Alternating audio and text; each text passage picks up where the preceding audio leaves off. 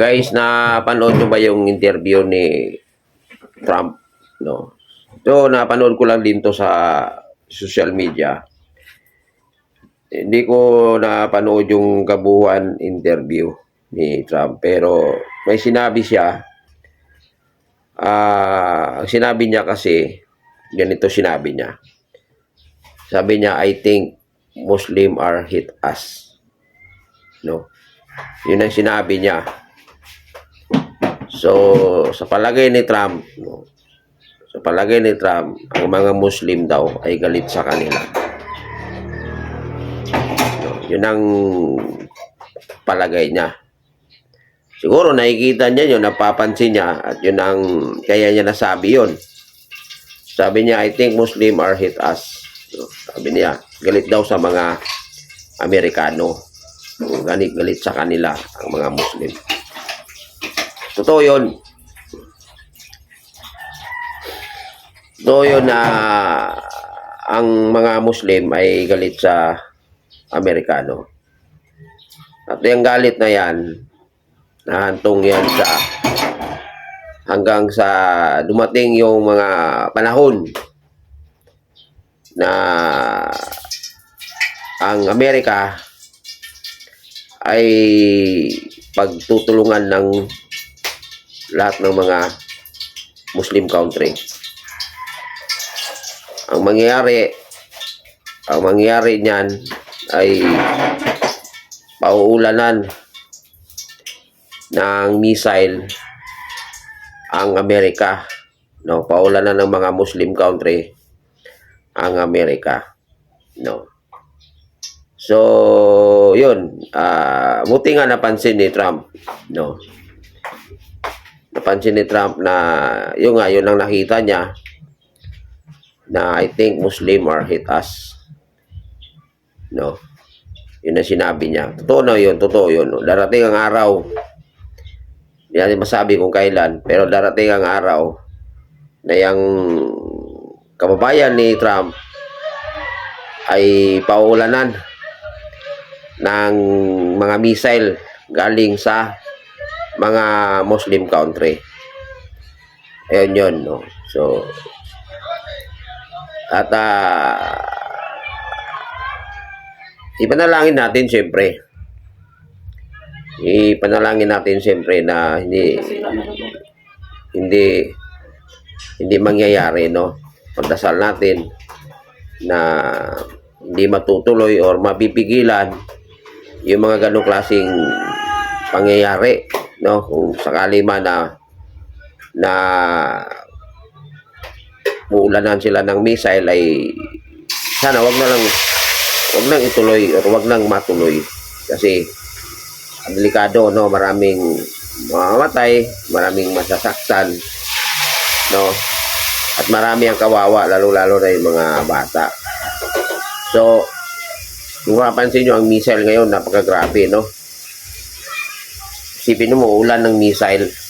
Ganun ang term na mangyayari sa kanila, no? Ulan ng missile.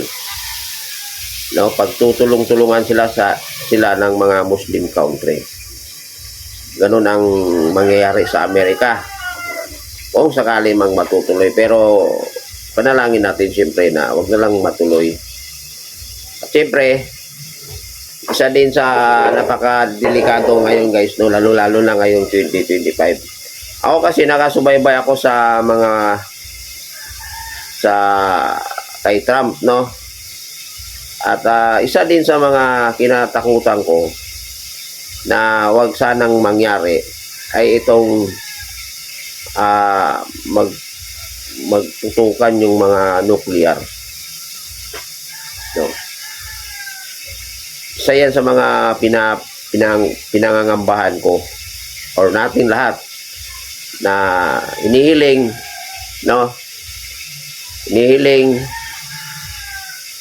na tayong mga tao ay manalangin or magdasal na sana mapigilan yung mapigilan yung pagsabog ng mga nuclear.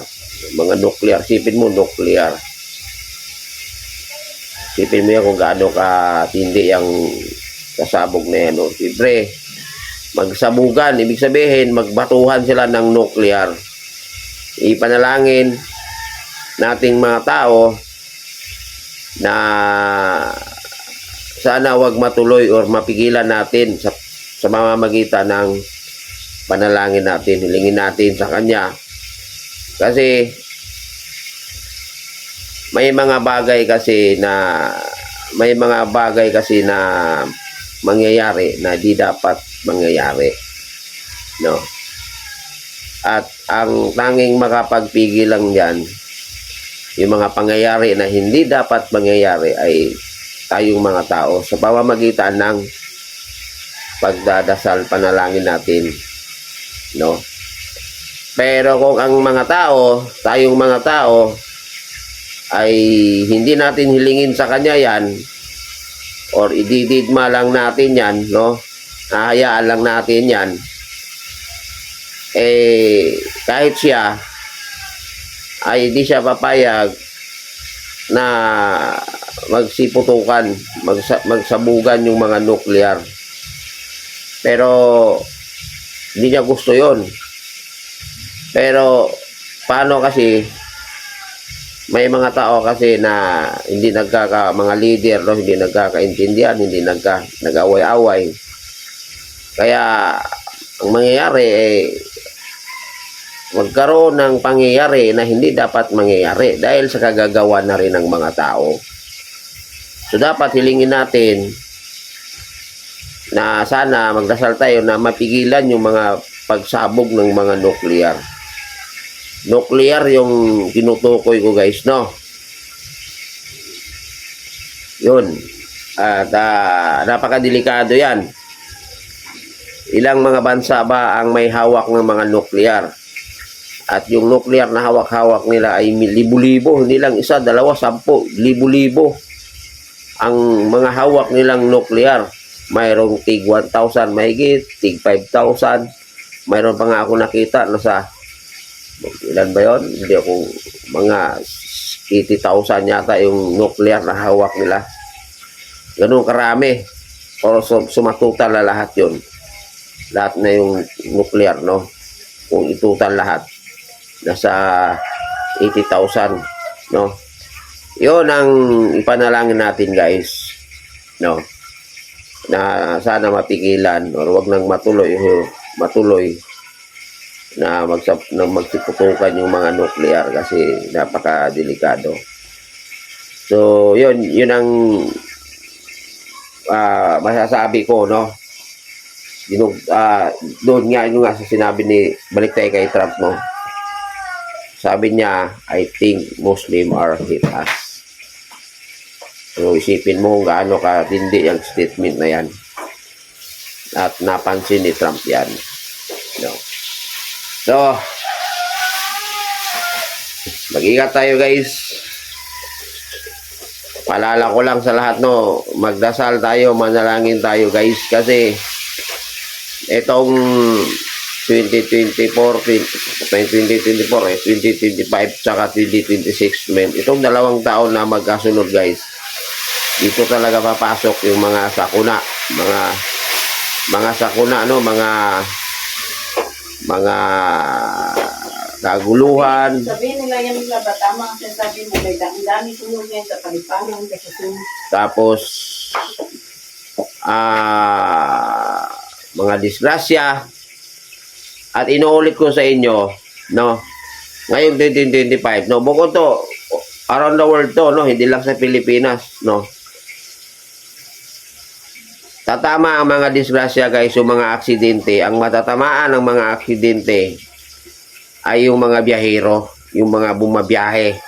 Katulad ko na bumabiyahe ako araw-araw dahil yan ang hanap buhay ko. Malaki ang posibilidad na isa rin ako sa matatamaan ng mga disgrasya. Kasi ang mga disgrasya ngayon, ang mga sakuna or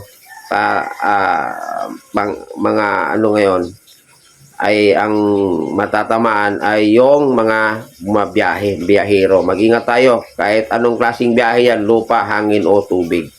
Ingat.